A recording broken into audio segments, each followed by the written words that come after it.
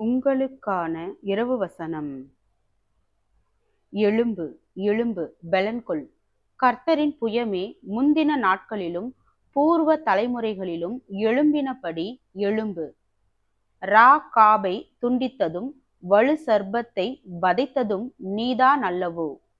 மகா ஆழத்தின் தண்ணீர்களாகிய சமுத்திரத்தை வற்றிப்போக பண்ணினதும் மீட்கப்பட்டவர்கள் கடந்து போக கடலின் பள்ளங்களை வழியாக்கினதும் நீதான் அல்லவோ? அப்படியே கர்த்தரால் மீட்கப்பட்டவர்கள் ஆனந்த களிப்புடன் பாடி சீயோனுக்கு திரும்பி வருவார்கள். நித்திய மகிழ்ச்சி அவர்கள் தலையின் மேல் இருக்கும். சந்தோஷமும் மகிழ்ச்சியும் அடைவார்கள். சஞ்சலமும் தவிப்பும் ஓடிப்போம்.